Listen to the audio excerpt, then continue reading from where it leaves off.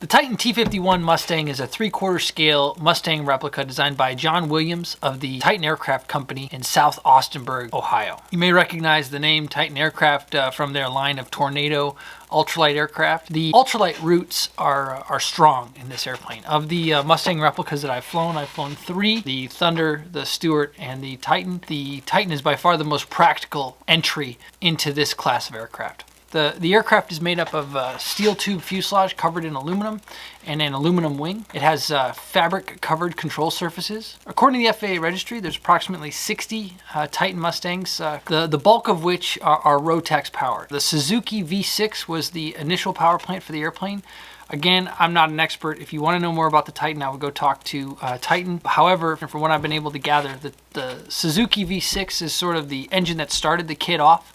A lot of them ended up flying with a Rotax, and then the current engine of choice is the LS Chevy V8. This very much matches the history of this aircraft, which started out with a Rotax, flying approximately 100 hours with that Rotax engine installed. And then the 350 horsepower LS3 was installed for the last 40 hours or so of the airplane's existence. The LS installation is automotive in its engine controls. Both the fuel injection and the single plug ignition are both automotive and non-redundant. This of course means that the electrical system is critical for the engine to keep running, which is a concern. But again, in the light of 40 trouble-free hours from an engine management standpoint, I believed the risk was reasonable.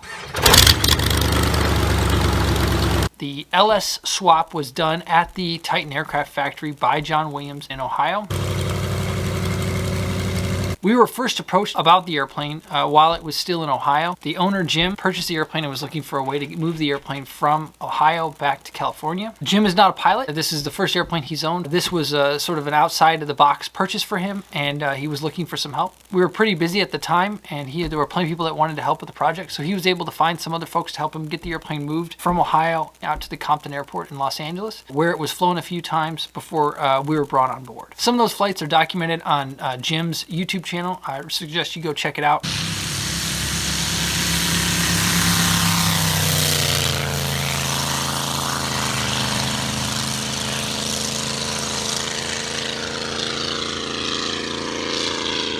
When we were brought onto the program, they were dealing with a persistent gearbox issue. The airplane had flown from Ohio out to California with apparently no trouble. Then the checkout flight where Jim's pilot was getting checked out in the airplane, the gearbox had a problem. They then replaced the gearbox. The new gearbox came in. The company pilot flew the airplane, and then the gearbox ran away again. So here's some footage of Ethan's last flight in the airplane. It's worth noting that I didn't have this footage when I flew the airplane, so the stuff that's pretty apparent in this footage was not available. That information was not available to me when I flew the airplane. It's also worth noting that I was not able to get a hold of Ethan until after my last flight in the airplane.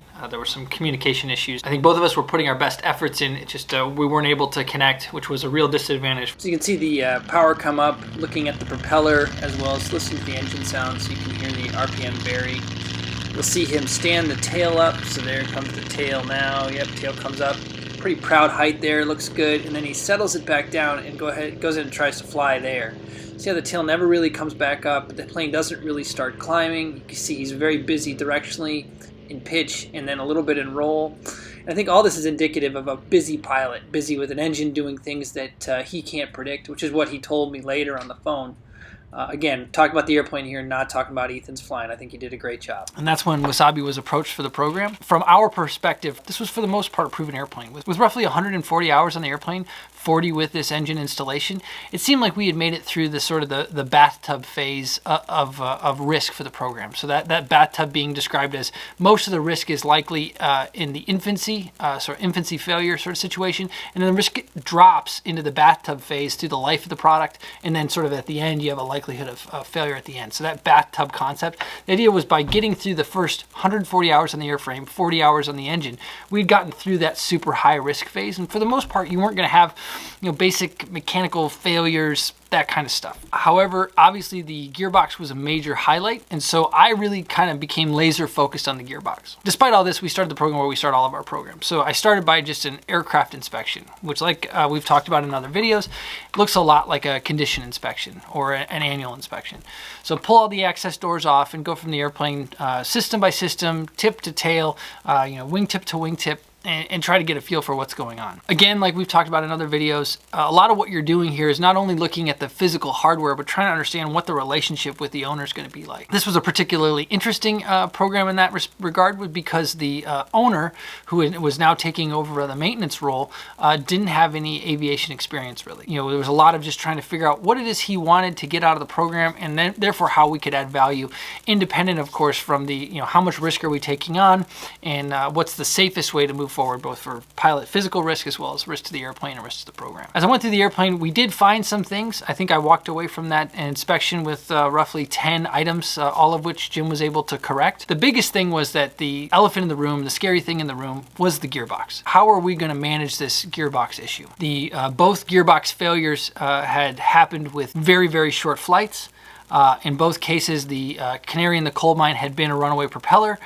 So it seemed like if we were going to have a problem, it was going to be in the first 5 minutes of the first flight, and that we should sort of build our risk protocol, our risk procedures around that. So we laid out a program that would allow us to sort of tiptoe into that as much as possible, trying to bite off that risk in small increments, building up to the owner's goal, which was to be able to go for a ride in the back of the airplane as he started his flight instruction in the airplane. You know, sort of a lifetime goal, being interested in warbirds and Mustangs, to be able to do the Mustang thing. A lot of that risk profile, if we couldn't come up with anything that was a solid risk, was defined by the insurance minimum, which was 5 hours minimum solo for me, a pilot who hadn't flown a Titan Mustang before I could fly with a passenger. So that was a very clear minimum standard. So assuming that there wasn't a gearbox issue anymore, we could get those 5 hours, and then we could start working towards putting Jim in the back seat and building up to him doing some flying from the back seat.